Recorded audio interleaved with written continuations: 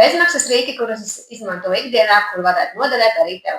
Laižam! Protams, tas ir mākslīgais intelekts, ChatGPT vai Gemini. Jā, mēs visi zinām, kas ir intelekts un tā joprojām, bet varbūt tu nezināji, ka tu vienā intelektā vari uzrakstīt promptu, kuru pēc tam izmantot otrā intelektā. Tādējādi iegūstot rezultātu, kuru tu patiešām gaidi. Cits bezmaksas rīks būs Image Optimizer.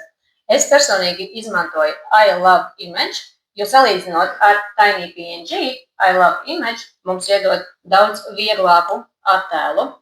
Šis konkrētais rīks samazina attēla smagumu, tādējādi tu to vari pievienot mājaslapās daudz vieglāku un mājaslapa neaizpildās tik ātri ar smagu saturu.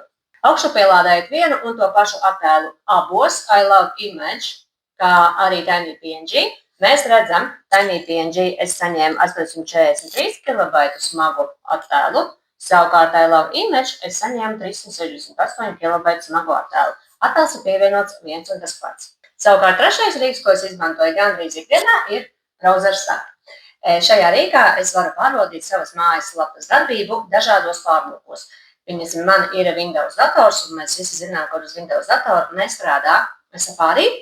Un šajā bezmaksas rīkā es varu pārbaudīt gan uz iPhone, gan uz Windows, gan uz Android un Maciem, uz dažāda veida pārlūkiem savas mājaslapas, izstrādātās mājaslapas darbību. Tiesa, bezmaksas rīkā tev būs iedot tikai 1 minūte laika, bet tomēr tu 1 minūtē vari jau aptuveni saprast, kā strādā tava mājaslapa. Sekojiet līdzi, iespējams, vēl kāds rīks būs padomā, ko man jums parāda.